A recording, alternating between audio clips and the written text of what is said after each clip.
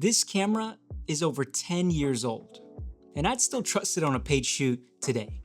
On one side, we've got the RED Scarlet, a full cinema camera built around the Dragon sensor, and on the other, the Nikon ZR, a modern hybrid with red color science and a much smaller body.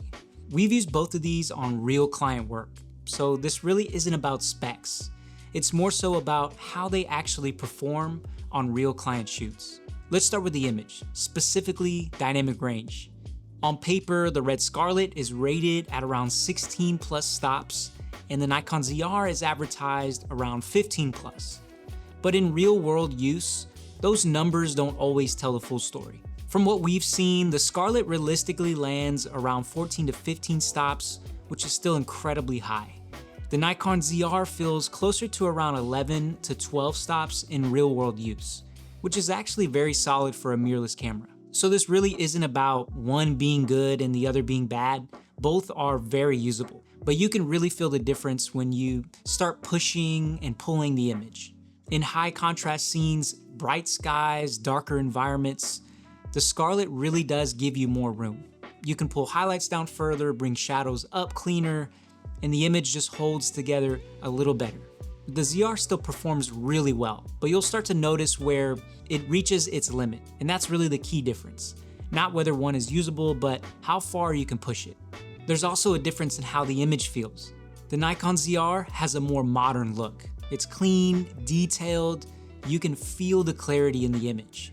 Not in a bad way by any means, but it definitely leans sharper. Especially with that 6K resolution, you've just got more detail to work with. That really shows up in product work, brand content, anywhere you want that crisp, high detail look. It also gives you more flexibility to punch in, reframe, and even create vertical crops from a horizontal shot. Now the Scarlet feels different. It's still sharp, but it's not trying to be sharp. There's a softness to it, a subtle roll off, and the grain just feels more organic. Almost like the image has a texture to it straight out of camera.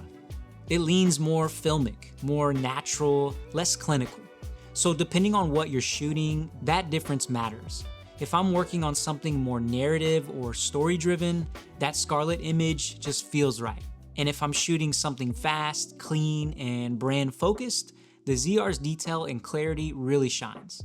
Hey, real quick, if you're a photographer or filmmaker doing real client work, we put together something that'll help you a ton. It's called the Hybrid Creator Toolkit, and it's completely free. It includes our client call checklist, hybrid shoot checklist, editing folder structure, and delivery email templates. Basically the systems we use on every job. Grab it using the link below. It's free, no catch. All right, back to the video. Now, on the flip side, low light is a completely different story. The Nikon ZR is just better here. It's got dual native ISO at 800 and 6400, and that 6400 base is huge. If you're moving between bright and dark environments, run and gun, uncontrolled lighting, the ZR handles it without slowing you down. The Scarlet really isn't built for that. It really wants light. Keeping it around 800 ISO is where it looks best. You can push it to around 2500, but you're definitely introducing some noise. Still a nice organic grain, but not where the camera shines.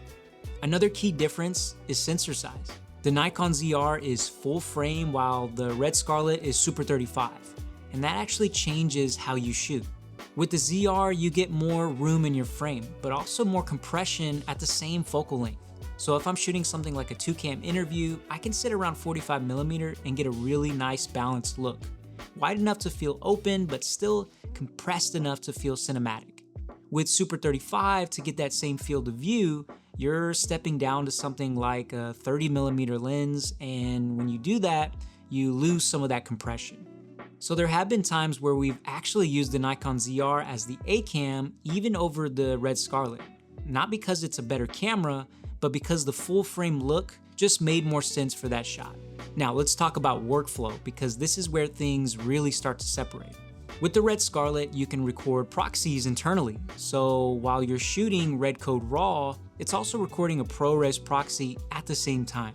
That means when you get into editing, you can work off those lighter files, get smooth playback, move quickly, And then when you export, everything links back to the full resolution REDCODE RAW. So you get speed and full quality. The Nikon ZR doesn't do that. And on top of that, it only has one compression option for REDCODE RAW right now. The image looks great, but the file sizes are big. So if you're shooting a lot, you're going to feel that. More storage, more drives, more data to manage. With the Scarlet, you've got more control. You can choose your compression ratio, higher ratios like 20:1, keep file sizes manageable while still giving you tons of flexibility. That's what I shoot most of the time. Now, to be fair, the Nikon ZR does shoot in 6K while the Scarlet tops out at 5K, so you are getting more resolution on the ZR. But that comes with a cost and workflow.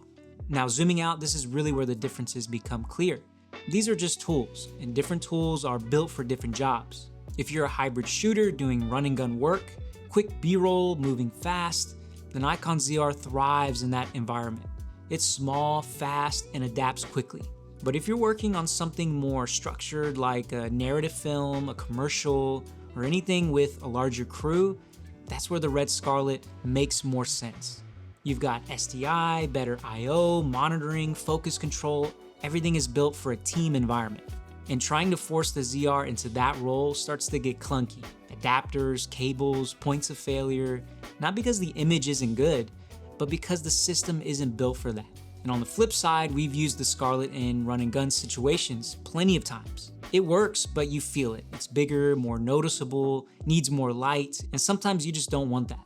That's where the ZR is clutch. Now, one thing I will say, the Scarlet is still one of the most satisfying cameras I've ever used. Ergonomically, it's just really well designed. The red side handle alone lets you pull focus, hit record, adjust ISO, change aperture, check false color, edge focus, all without taking your hand off the camera. No extra cables, clean setup. It's just a really well thought out system. Even the boot up time tells you something. The Scarlet takes about 30 seconds to start up. The Nikon ZR is instant. And that alone tells you everything about how these cameras are meant to be used. So at the end of the day, this isn't about which camera is better, it's about using the right tool for the right job. If I need maximum flexibility in post and I can control the lighting, I'm reaching for the Scarlet. If I want to move fast, work solo, or deal with unpredictable environments, I'm grabbing the ZR. Because cameras don't become bad, they just become less convenient. And if your lighting is right, both of these cameras can look incredible. Most clients would never know the difference. That part comes down to you. Hey, if you guys got something out of this video, be sure to hit that like button, subscribe to the channel, share with your friends and family, let them know the fellas over at ATA Creative Studio are crushing it. We appreciate you guys a ton, and we'll see you guys in the next one. Peace.